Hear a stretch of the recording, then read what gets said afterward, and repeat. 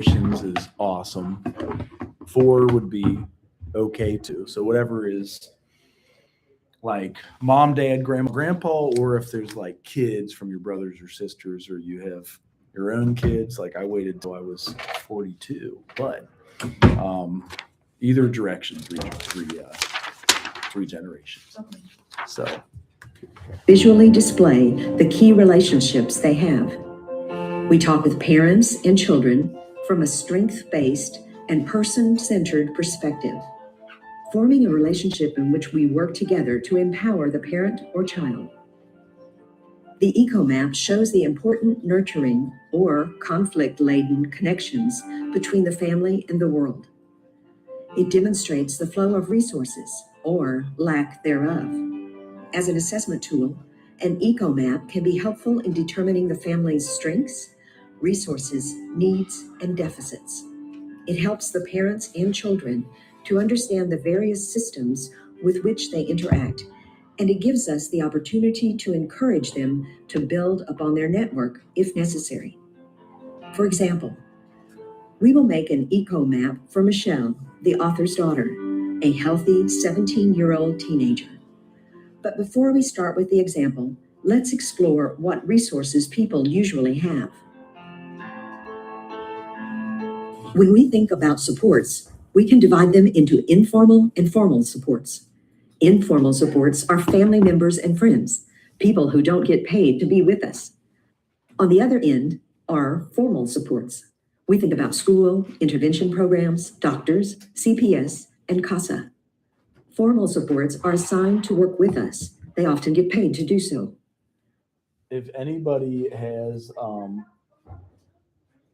iPhone, there's this app called Life Cycle, and it will actually show you like what you do all throughout the day, which I like. It is using like tracking where I spend most of my energy, where everything is said or done, but it'll show you what you do throughout the week and the places you visit. So this is helpful in making your eco map. It's called Life Cycle. Between the formal and informal supports, there are the institutions we choose to be involved with. Examples are the workplace, clubs, faith organizations, and neighbors. That is where we meet people because we are part of the same group. When we draw an eco map, we look at all these realms of life to find support for the parent or child. Let's now see what Michelle's eco map looks like, what formal and informal support she has, what organizations she is part of, and who she is acquainted with at each of these organizations. We start by putting the person we interview in the middle of the paper and add some empty circles to get it started. A good first question to ask is, who is important in your life? Michelle will tell you about her parents, sisters, and boyfriend. When we ask Michelle where she spends most of her time, she will tell you she spends most of her time at school. We can ask her who important teachers are and who she spends time with at school.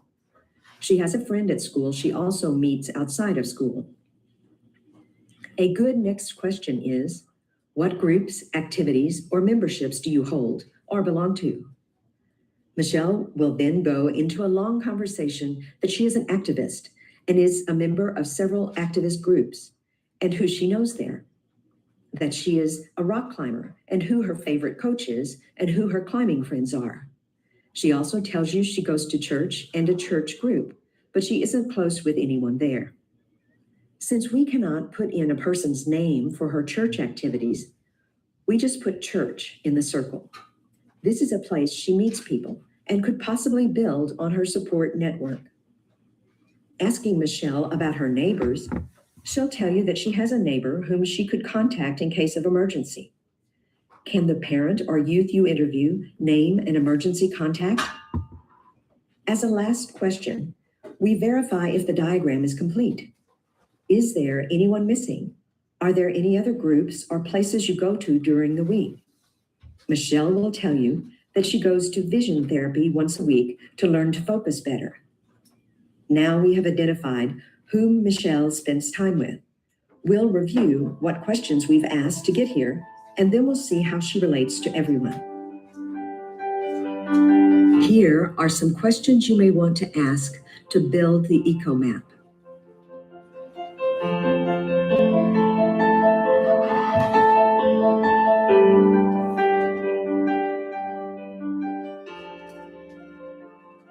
So I'll pause that. I did put the video up so you can watch it too, but some of the questions you'll ask when you see where all your energy goes throughout the day or all week long: who's important in your life? Who do you spend most time with? What groups, activities, or memberships do you hold or belong to? Who do you talk to when you're there? What is your source of income? Who do you talk to? Who do you talk to in your neighborhood? And then, can you name an emergency contact? Are there any other clubs or places you visit during the week? And then, is anyone missing?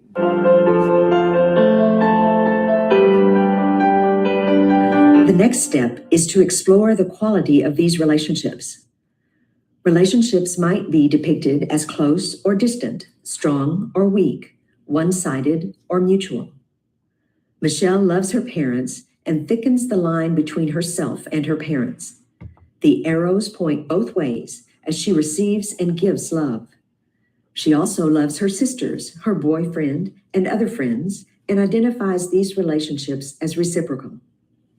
Michelle mainly receives energy from her rock climbing coach, her teacher in school, and her vision therapist.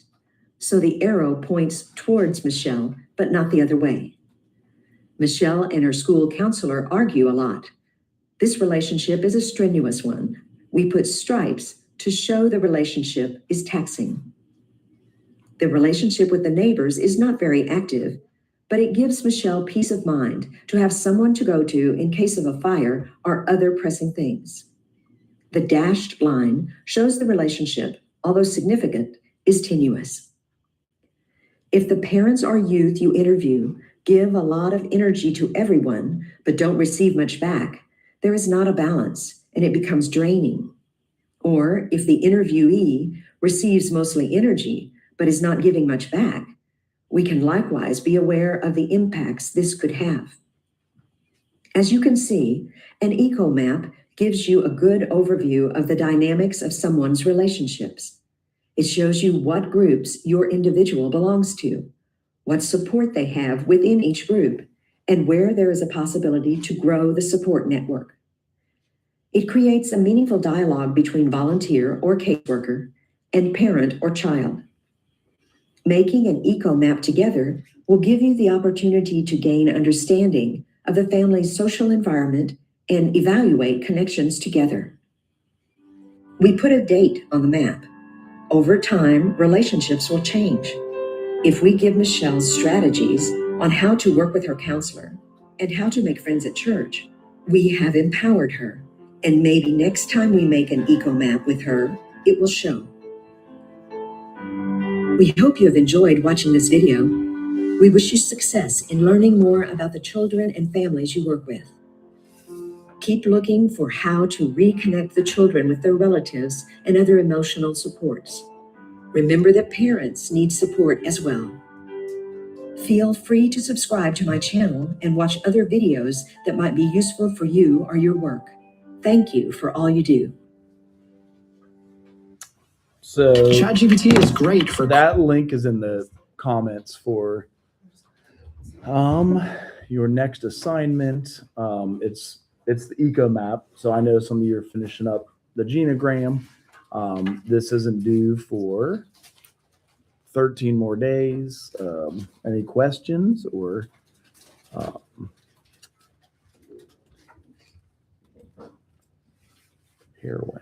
heroin. I always do the. That's still not the right. I know. That's the only way I remember it. So it is called. There you go. 7 days of heroin. Maybe it's better on YouTube. Let's do that. 7 days of heroin. Babies will be born to heroin-addicted mothers. Courts will take children from addicted parents. taxpayers will spend heavily to lock up drug users. People will overdose in gas stations and parks and school parking lots.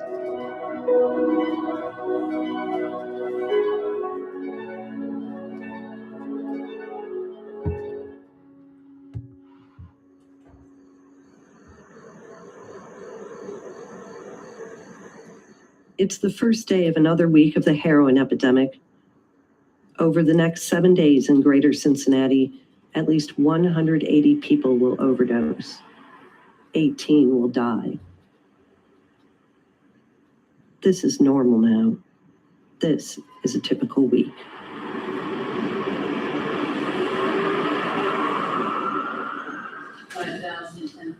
Possession of drugs charge. Here's Courtroom A in Hamilton County.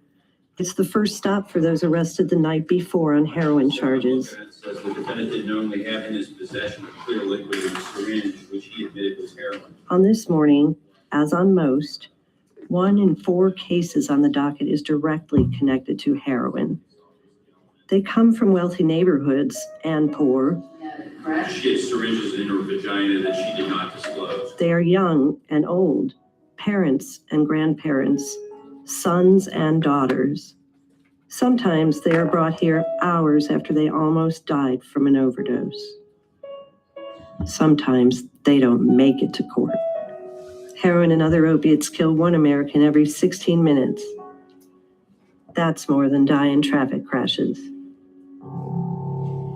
Cincinnati 911, what is the address of your emergency? 4980 Glenway Avenue, the Coastal Library. My children's librarian is asking for Narcan. She thinks that he may be overdosing. Hello? Have you guys heard of Narcan? So it's the drug that stops the effect of an opiate on the brain. So if it gets either shot in your nostrils or intravenously, it can like undo heroin from stopping you breathing, which is often what causes the overdose. Hello, Cincinnati 911. Yes, please, sir. My brother and his friend overdosed. Where's the in my map? car. I'm running the rapid room car. What's going on? They breathing. But what if they're blue?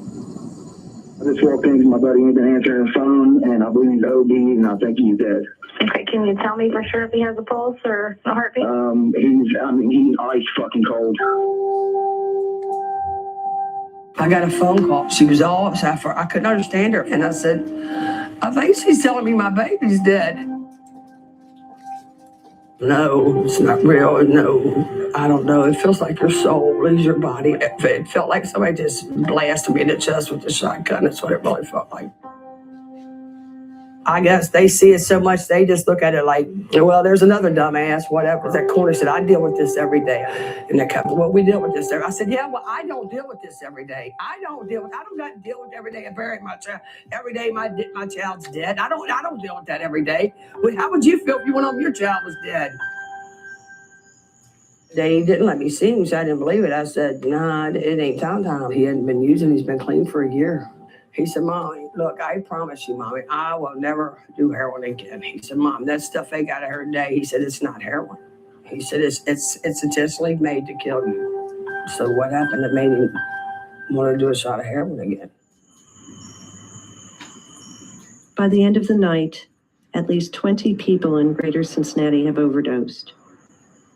4 have died. In the early morning, Covington police raid a house for drugs and guns. It's a constant battle to keep up as demand for heroin rises. Heroin is big business, and cartels from Mexico want to cash in. They flood markets like Greater Cincinnati with drugs and rely on street dealers to find customers. Police go after those dealers, but if one goes down, another is always ready to step in. There's an overdose right here by the church.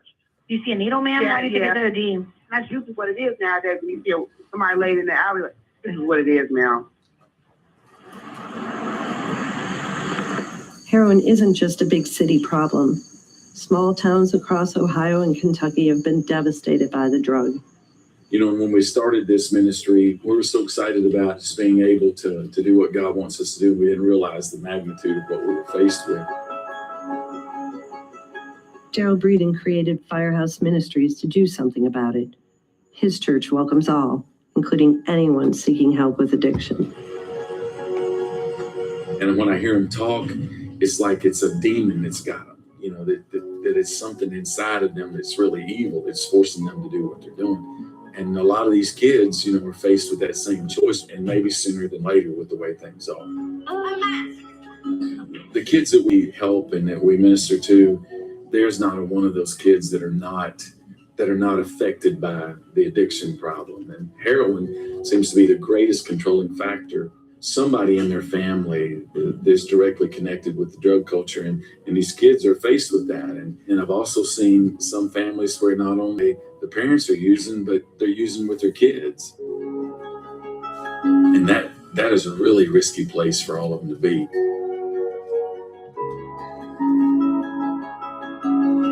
And I know for a lot of their lives, that just seems like a normal thing that, you know, my parent is using, my siblings are using, and it's an atmosphere that just creates a whole lot more trouble for them when they think that kind of lifestyle is normal. Father, we just want to thank you for the blessings that you give us. We want to thank you for this day. And Father, for these kids that come out. And I just pray that you protect them and keep them safe. Draw them close to you and let them experience your love and your mercy. In Jesus' name. Amen. Amen. By the end of the day, at least 38 people have overdosed for the week. 6 have died. As heroin addiction progresses, people can lose careers, family support, even their homes. Some end up here, under the city's interstates. When I started to hit the homeless camps pretty regularly, it was a lot of alcoholics and mentally ill individuals that weren't being medicated properly. Now it's mostly heroin. It's Officer Tim Epstein's job to clear out these homeless camps, but he also tries to help. These people are in a tough spot in their lives. Nobody really recognizes their rock bottom until it's pointed out to them. The goal isn't to take them to jail. The goal is to connect them to services. But sometimes I'll have to take people to jail. Each time you get evicted and have to change something, it's an opportunity to make the decision to make the big change, to actually get off the heroin or the other drugs that you're on.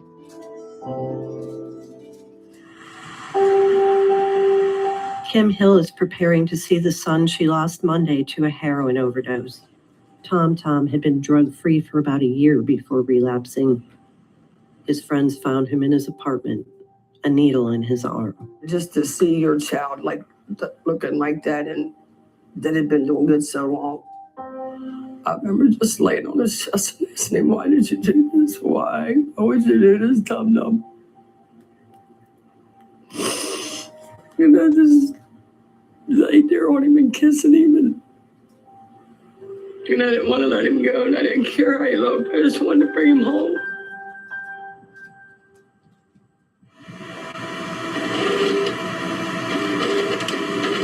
Crime labs like this one in Cold Spring are scrambling to keep up with demand.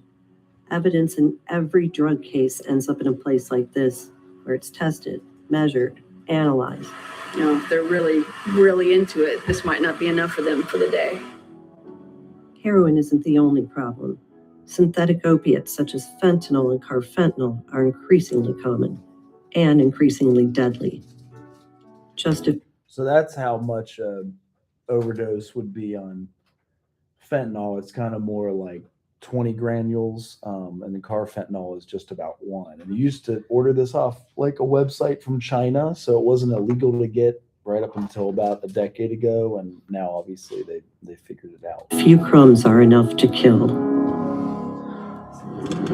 They have been sprinkling on some weed lately too, so you can find on street weed. That's why they've put Narcan everywhere. There's even a website you can go to in the state of Ohio to request free Narcan strips that you can, I think, test your weed with it. And then you can also get the nasal shooters that if, say, you smoke some weed that had fentanyl on it and there's an overdose occurring, that undoes what the overdose is doing. Lacing weed with? Right. Yeah. That's that's and if you don't have like the tolerance for it, maybe it would be fine for somebody with the tolerance, but if you don't have the tolerance for it, it could cause somebody to slow down their breathing, or that's what the overdose looks like. So Narcan undoes the effect of the opiate on the body. I think our cops have them, actually. I think they have the testing strips and the Narcan shots if ever needed. The idyllic suburb of Fort Thomas has had its share of heroin problems. 44, 43, I'll be out.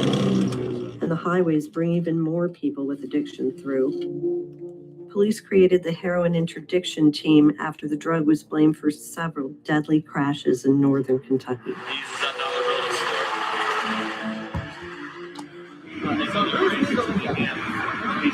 He's high now, so he's going for your line.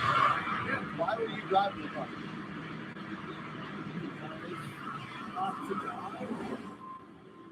Drug driving is more common now than drunken driving.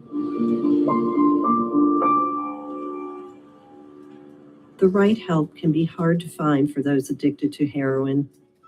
Treatment centers fill up quickly, and programs that work for some addictions don't work well for heroin. The Campbell County Jail has a new approach. Women here get evidence-based treatment. They get medication when they leave jail.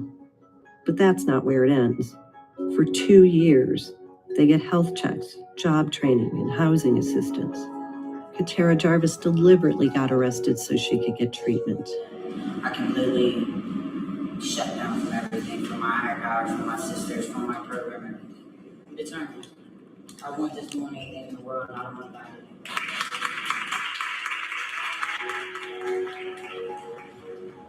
911, what is the address of your emergency? No, I'm in the parking lot of school, but it's like emergency. I think he overdosed. I don't know what he took. I can remember waking up from being revived, and it was just literally like a fog of dozen people standing around me. I had no idea who was who, and it was terrifying because it's almost like you're laying in a casket. It took Amy Parker years to learn how to live without heroin. She relapsed more times than she can remember and alienated family and friends. As long as a person is still alive, there is hope that they can get through this. But she did it. She got treatment, including medicine. Now she's a peer counselor, helping people who are where she used to be, walking the line between sobriety and relapse. I'm in a dream. Is it real? And when I look around at my beautiful home in a safe neighborhood with my husband and my kids, it's amazing.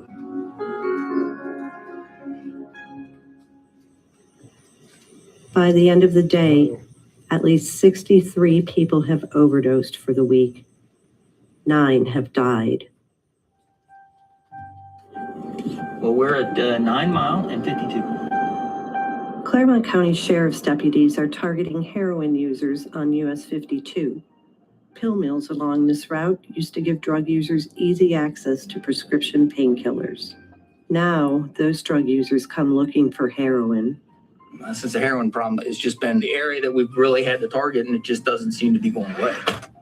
If you were at a beach, put your fingers down to pinch some sand, and that's literally the amount of heroin that typically a user would purchase. They'll shove that stuff down in their sock. They'll put it in a real small balloon, shove it in their cheek, bottom of their shoe, underneath the pad of the foot. You know, it's true of finding a needle in a haystack. And also for suspension for OVI. Is you ready to go? When deputies pull over this 23-year-old man, they find drug paraphernalia in the car. The man admits he uses heroin. He says he believes he's safe because he snorts heroin rather than injecting. I just think that it's a lot safer than just sticking a needle in my arm. So you're not doing it every day? Yeah, sometimes yes. Sometimes yes. I don't know if that makes sense, but other times no. When babies are born to mothers addicted to heroin, they can suffer tremors, seizures, and other withdrawal symptoms. Children's Hospital treats those babies and works with parents to keep them healthy. Still need a little bit of holding on. You're getting there. There you go. Yay! I'm going to turn you on your belly and see what you can do. Eliana. Her name means gift from God. Stephanie Gaffney says she used heroin for years until she learned she was pregnant with Eliana. She lives with her baby at a Cincinnati treatment center. She gives me something a little bit more worth fighting for. I had a rough and complicated childhood.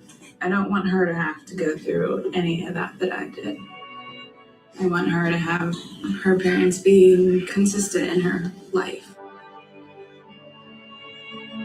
She looks excellent. You started out so little and you're so big now. Yes, you are. I don't know how possible it is, but I would like to have as normal a family as addicts can have.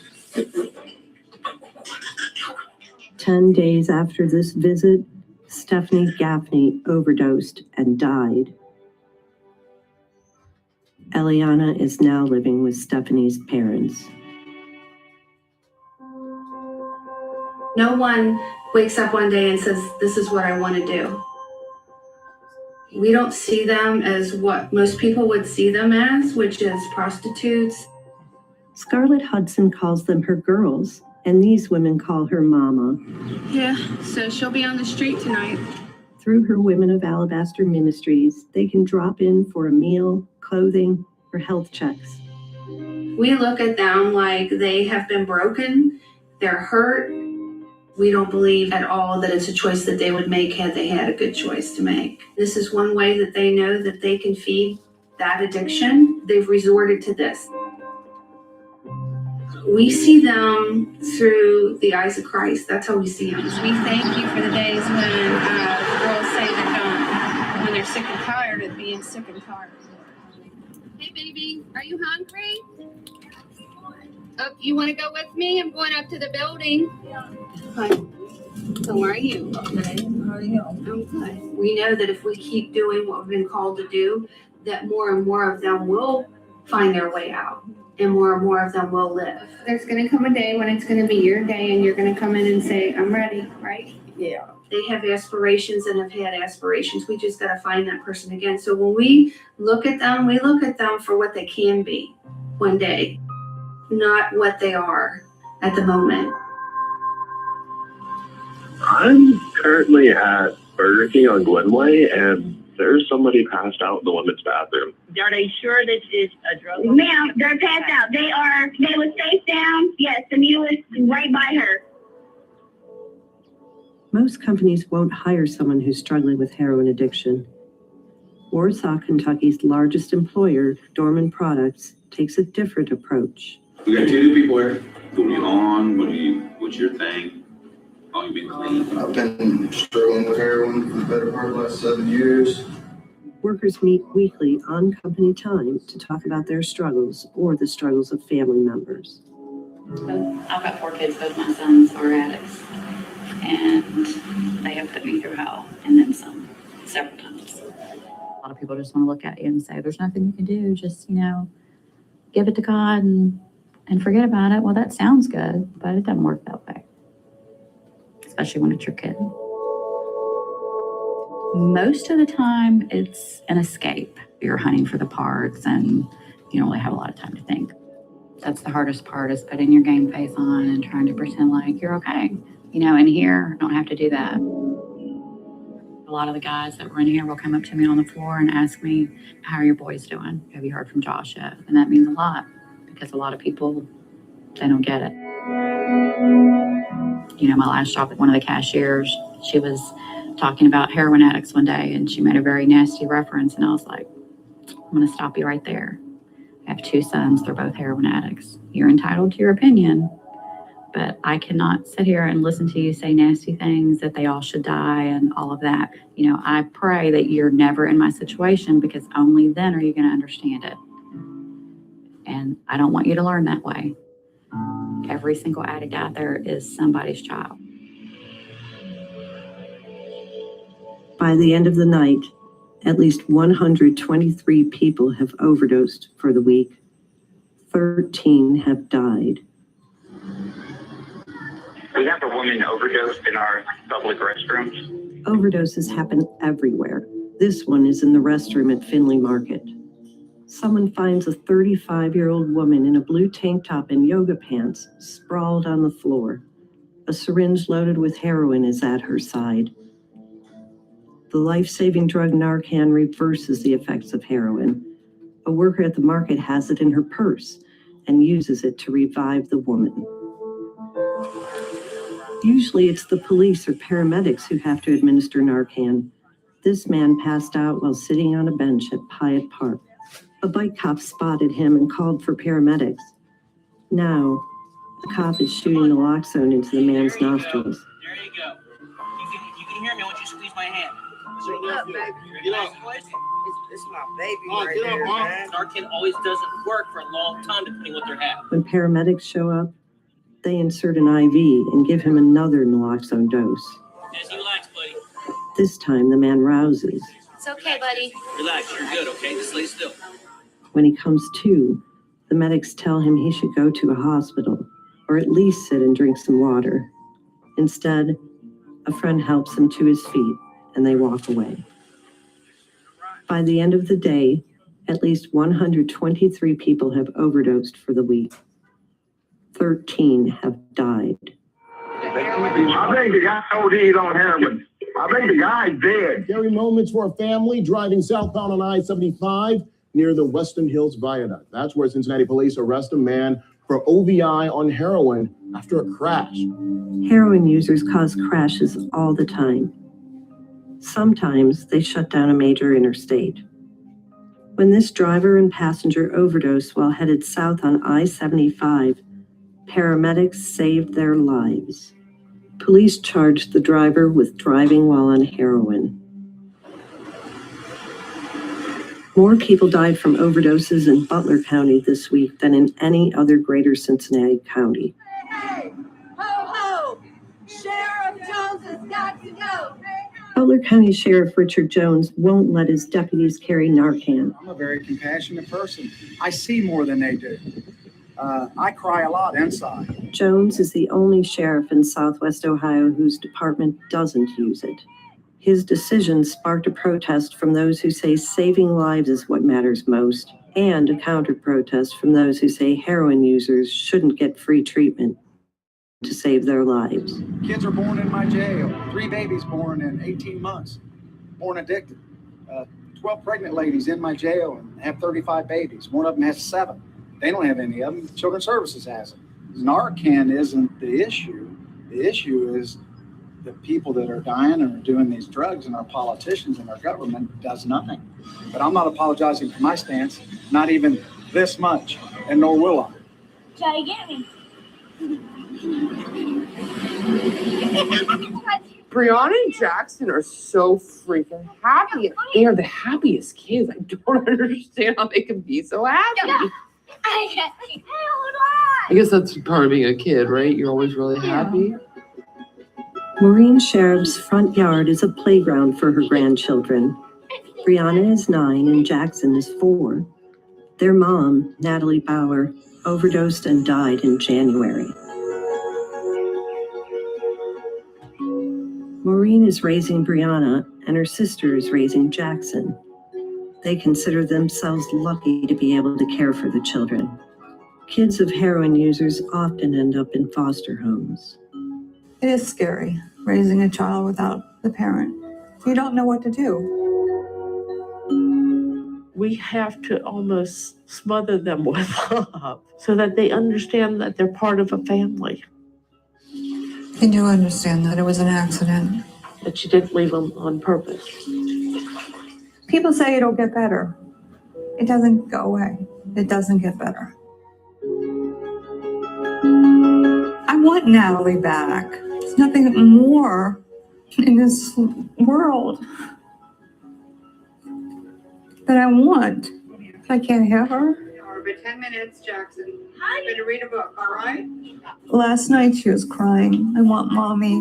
I feel like my life is over. What does that mean when a 9-year-old says, I feel like my life is over? You do something? You please do it. Brianna was saying last night, why did this have to happen to me? This is so unfair. I said, you're right, it is unfair. I don't know why this had to happen to you. They have to be so brave. If it took her life to bring theirs, then that's what her destiny was. Her life was worthwhile. By the end of the night, at least 154 people have overdosed for the week. 13 have died.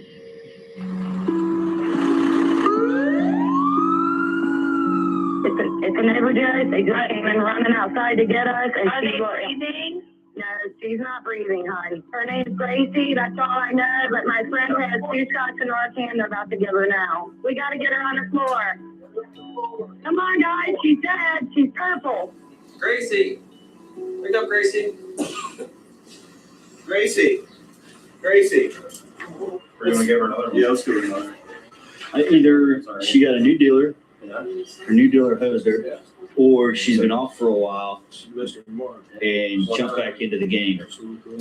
Gracie. Gracie. There we go. Gracie. Watch yourself. Watch yourself. Get an IV in your arm, okay? Gracie, you overdosed, okay? Watch your step. Big step here. Okay. Well, then somebody gave you some heroin while you were sleeping. No, I didn't. Have a seat right there for us, okay? We don't need her. But you wasn't breathing.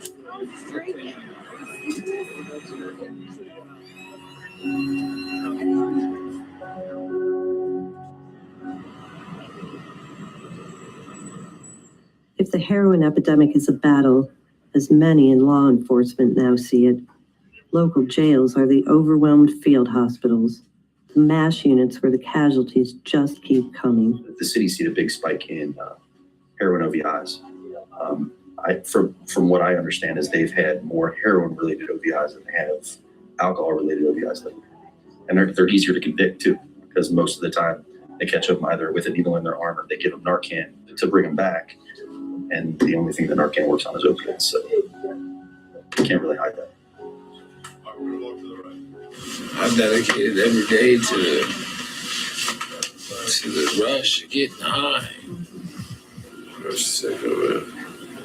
I'm sick of it. It's a trend, I guess, once you're in the system, it's really hard to get out. So I've been found OD'd and dead about 7 or 8 separate times other than the time, so, I probably have 20 odd ODs, I should, by all accounts, probably be dead. More than 200 inmates at the Hamilton County Justice Center are admitted heroin users. Jail officials believe the actual number is much larger. Heroin users typically don't stay here long. They get patched up and booked, but the jail is crowded. If they've committed no other crime, they are often released within days or hours. Many return again and again. Thank you for stressing me out. I'm not asking you to pay $6,000. I'm just asking you to be there for me.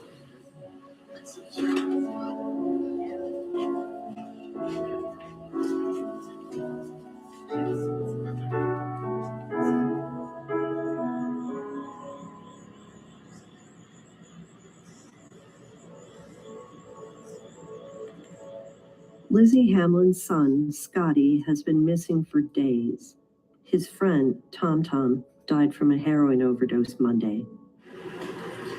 It's an empty room. Scotty disappeared after that. His mom is sure he's using again. Lizzie came home from work just minutes ago and could tell that he had returned to the apartment. He left with some of his things. She suspects he will sell them and use the money to buy heroin. This is my room. I keep it locked. I keep my purse and my personal things in there. When Scotty's using, he tends to take things, leather jackets, brand new pants, trade them in, get money, and get high. We had our up and downs, but we had a lot of good times. Respondent has track marks. He has been making up to 5 trips a day to purchase. He's going to Cincinnati 5 times a day for drugs and sometimes cannot make it through the night without using, and he couldn't. Approximately 3 weeks ago, respondent was admitted to St. Edgewood Hospital voluntarily and reported feeling hopeless, helpless, and thoughts of suicide. The results in a 3-day stay was unable to stay sober longer than 6 days before relapsing. Lizzie is going to Tom Tom's funeral tomorrow to support his mom, Kim Hill. But she'll also be thinking of her own son. See, Kim's going through the process of where she's having to plan this funeral. Me, I imagine in my mind, what would I put Scotty in? What kind of shirt would he want? What kind of hat would he want? What shoes? I just don't know. I don't know. I don't know the answer to any of it. If I could lock him to a bed with the chain, and I would. Scott, he just texted me back and said, love you too.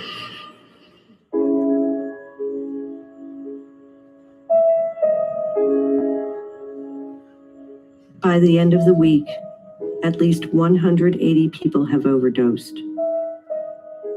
18 have died. This is normal now. This is a typical week. We're here to pay our respects to Tom Tom. He had a big heart and he was all about family. Tom Tom was here today and he could say anything he wanted to us. He would say to those of you that are using heroin, please don't let this death be in vain.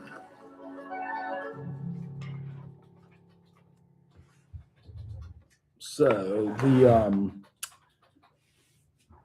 the epidemic continues. Like it did get a little better for a few years. So there's a lot of jobs. Social workers find a lot of employment in the field of addiction recovery. There's about 400 million in Kentucky and 500 million in Ohio to hire social workers and addiction recovery programs.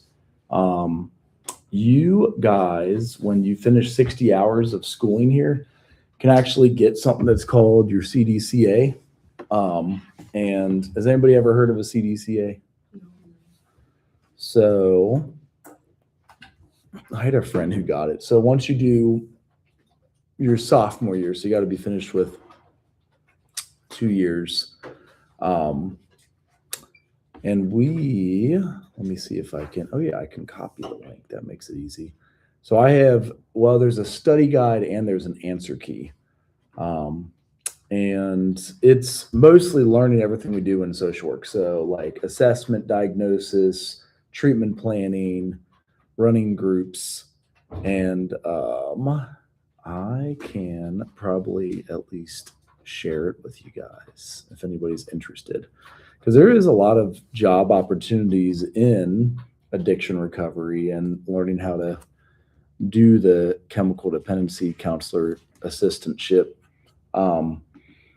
The reason they have it within 2 years and not only because there's such a large need, they also kind of qualify people with what they call is street smarts. So a lot of people like that might have been, I messed that one up, out in the field, that might have worked. And they, it should work for you guys like this. And so you can download those, but it kind of starts out with group process and techniques, working with addicted populations, how to run groups, which I know we teach you junior or senior year, you'll take practice 2 is about how to run a group. But that is the study guide and answer key. So like counseling procedures with addicted populations.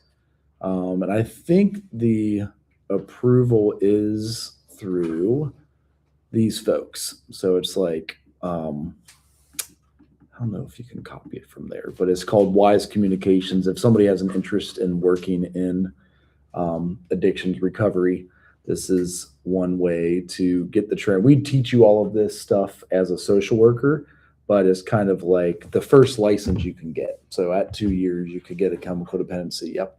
So what is this? So this is a license. So what does it allow you to be able to do? Addictions counselor. So you could do addictions counseling. So either drug or alcohol addictions counseling. And mainly, yeah, it wants to make sure you know how to do assessment, diagnosis, treatment planning, running a group. Let me see some of the other ones. The ethical and legal issues pertaining to chemical dependency. So yeah, it's for those who want a job fast and can, it's $500 million.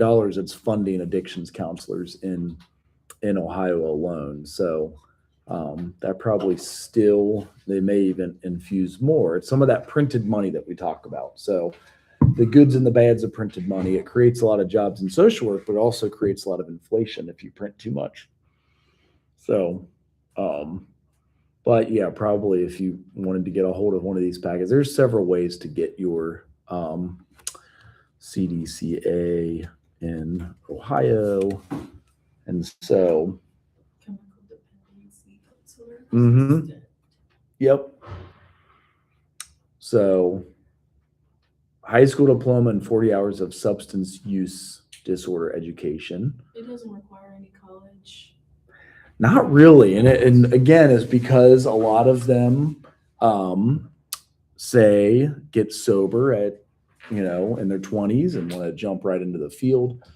So they have a lot of street smarts about it for working with these individuals.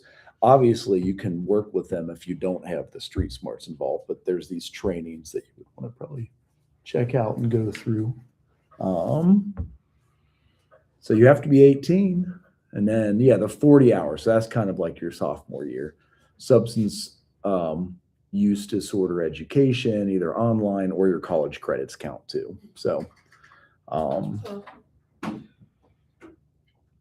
so if you already have 40 credits, would that count for that? yes, they do have to be in those areas that I sent you. So maybe with the study guide, they're doing a lot with assessment. They're doing a lot with, let me see here, how to counsel. It's a big manual if you order. I think they send it out for free. You pay for the certification. It's probably $200. And then like substance abuse and case. Yeah, they teach you how to case manage and counsel, really. So you're billing Medicaid when you do this and accessing the Medicaid funding for folks. A lot of them do need help with case management because they just need basic stuff, getting a job and getting back into the workforce, and then like sober recovery groups. So yeah, this one has probably all the 40 hours that they require. That's why they send the packet out, because it's still kind of an epidemic. I know it's gotten a little bit better, but it's still out there for sure. All of us kind of end up knowing somebody touched by opiates or alcoholism in the life. Is Cincinnati the worst? Is Cincinnati has the most drug problems in Ohio, or is it a different city? Really, it's like Middletown. So if you really want to get into the depths of it, it was Middletown. I don't know if it's different. Because the stats in Cincinnati were already big, so I was wondering, is that the most, or what's it look like in the rest of Ohio? There you go. They say Cincinnati now.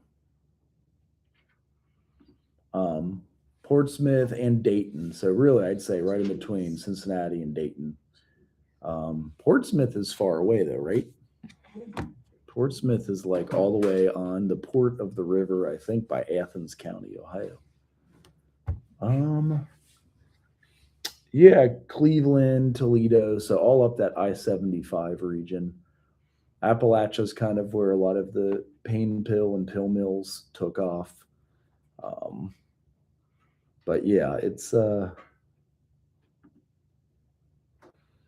they are still top 5. And it's just all over the place.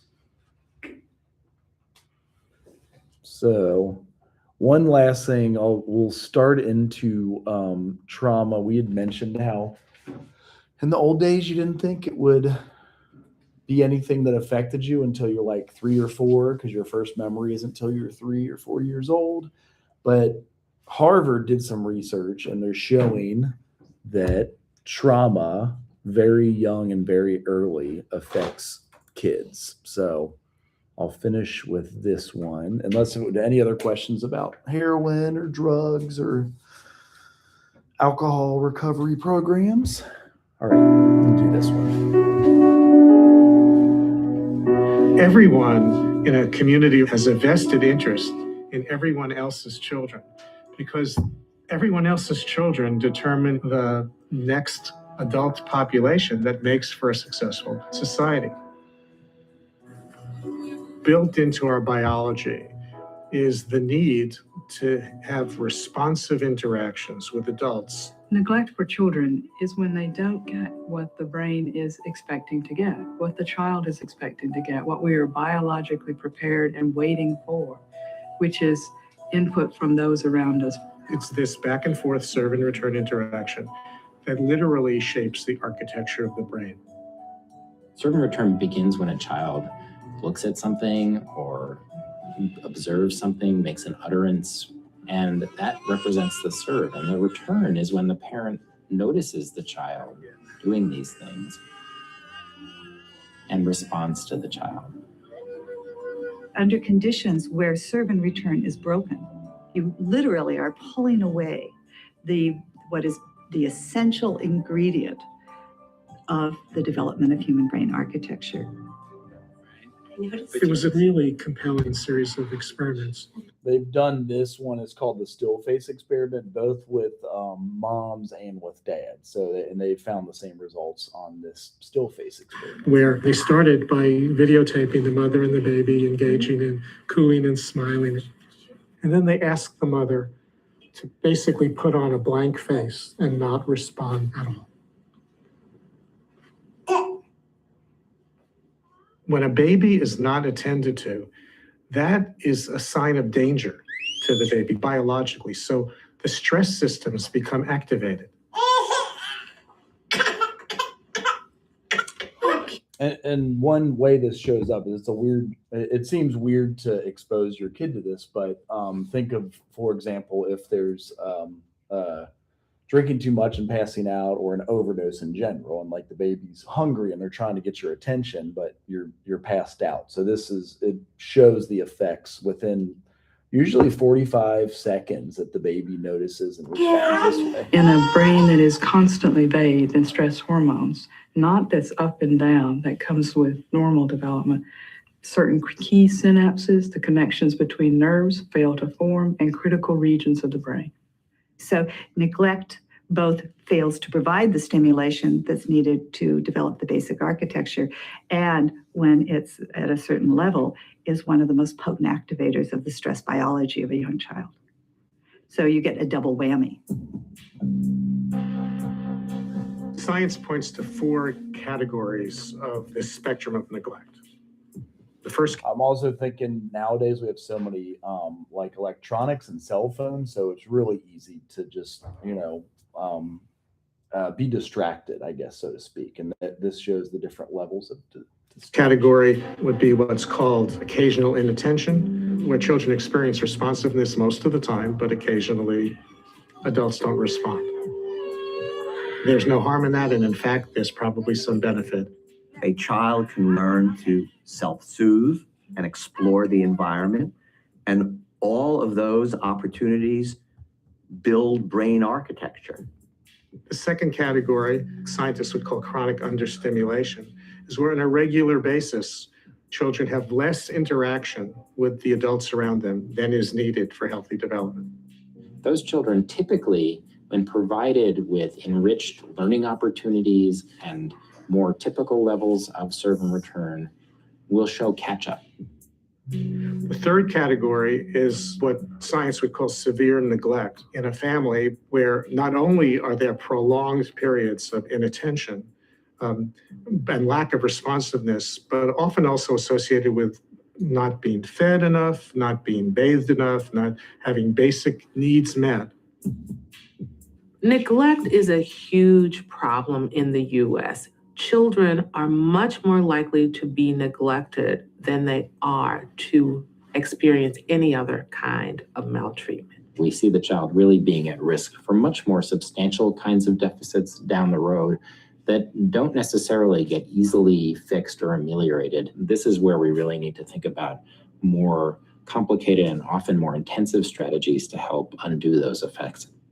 The fourth category, called severe neglect, generally found in institutional settings, is a result of children living in kind of warehoused type situation in orphanages. And it doesn't have to even be as extreme as orphanages. It can be experiences that are regretfully occurring in many, many parts of our country. Often institutional care in this country is under the euphemistic name of transitional care or temporary care or assessment facilities. If you think about what institutional or residential care would look like for an infant, where there's somebody new coming onto the shift every 8 hours, it really alters the development of the child's brain architecture and other aspects of the child's development. We have the potential to change children's developmental trajectories. Interventions can apply to parents, to foster parents or adoptive parents, childcare settings, Head Start settings, and other kinds of settings. And really, what they're about is attuning people to the serve and return process. Neglecting young children is neglecting the foundations of a healthy next generation.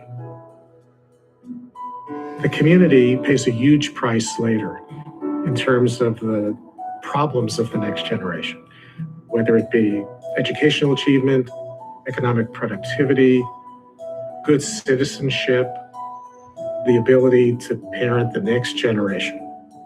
All of the things that have to do with a healthy, prosperous society.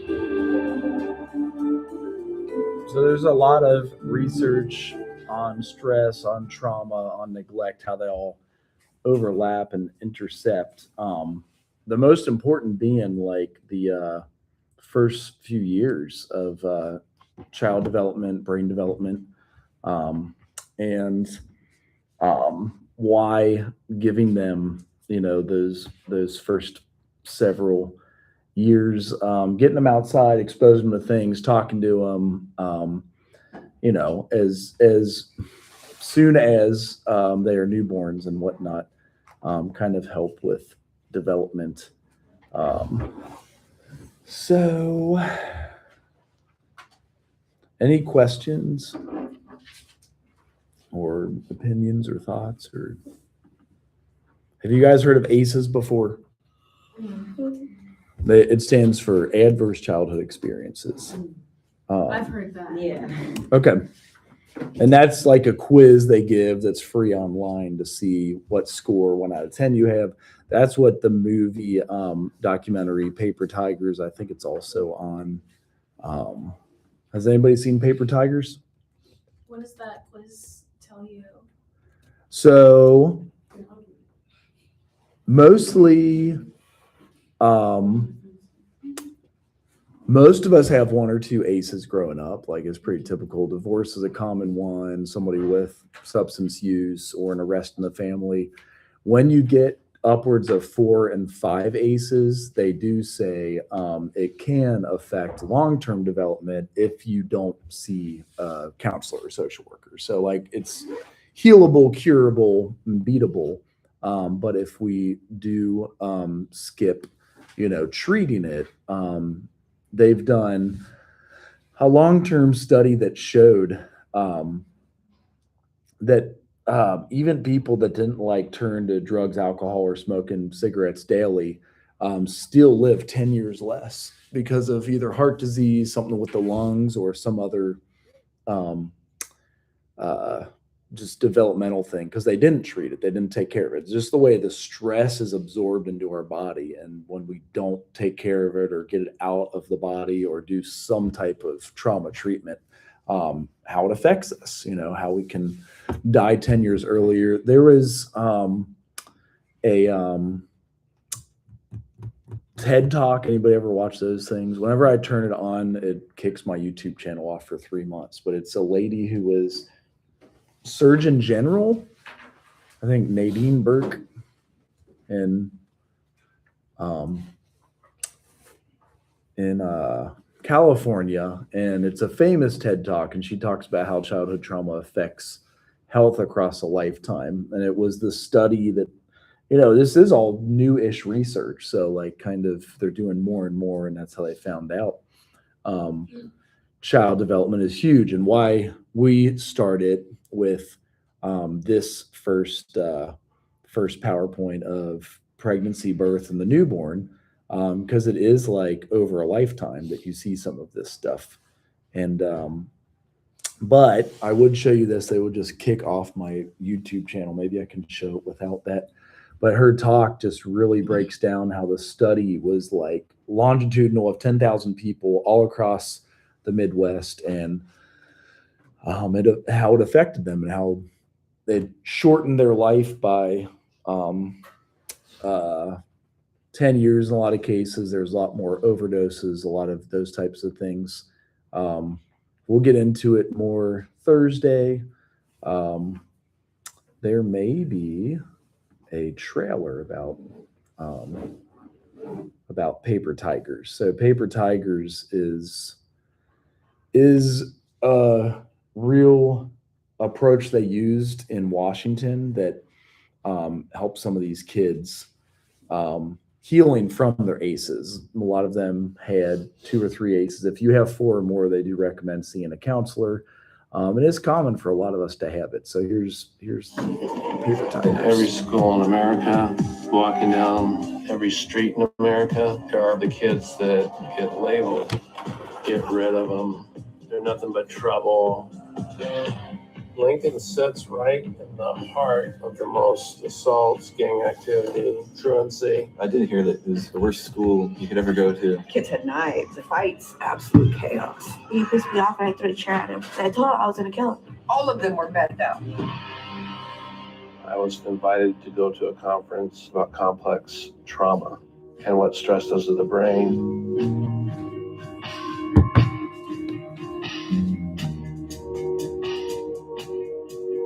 The behavior isn't the kid. The behavior is a symptom of what's going on in their life. My mom was like, get your Shelly. She's the only thing I had. And for her to abandon me like that. His coping mechanism was drinking a ton, smoking a ton. I remember one night, I didn't want to be alive. It hit me, and it hit me really hard. You have to unconditionally love them, and you have to believe that their behavior might be out of their control. I love playing guitar with several of these guys. I feel like that's almost as strong as anything we ever do in class. After that, he wasn't only a discipline figure, he was a friend.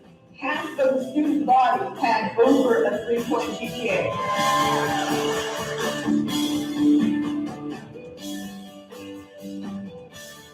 To watch their confidence come back has been incredible. I'm not by myself anymore. I got a team. If I can do it, all of you can definitely do it. It's not that I'm judging you. I know why you're smoking weed. I know why you smoke meth. I know why you're in fights. You don't want to feel. I mean, that's the big challenge is I'm asking you to try feeling for a little bit, because sometimes when you feel, it guides you in the direction that you should be going and not to where you are. So we did a school kind of based off of this in Cincinnati. It was called Lighthouse Community School, and saw some good results with it. We did write a couple articles about it, and kind of explained how they started doing ACEs type of research in Cincinnati. One of them was using horticulture therapy, so that's one of the approaches Dr. Hunt is introducing here with one of our grants, and really just doing trauma-informed care. So you can get a separate certification that means that you're trauma-informed. So that was one of the articles we wrote about it, and that's in Cincinnati, which it's only about an hour south of here. So we will go into it more on Thursday. I can let you guys get to, well, there's only 8 minutes to do. Work on your genogram if you want to, or ask questions. I'm done, and you can ask any questions you want and sign in. That's what we'll do. I think they did the first round of attendance. We only have like one more to sign in for next week. Or did you already do it? I think so. Oh, you did? Oh, you did? In front of your computer. What? Oh, boom. Thank you. All right. Perfect. Excuse me. I have a question. Do you have an email or I got to find out to find it. Last Thursday, my daughter's school was going to Okay. And I think we filmed it on this YouTube channel if you want to sign in on that. If that, you just got to sign your name in the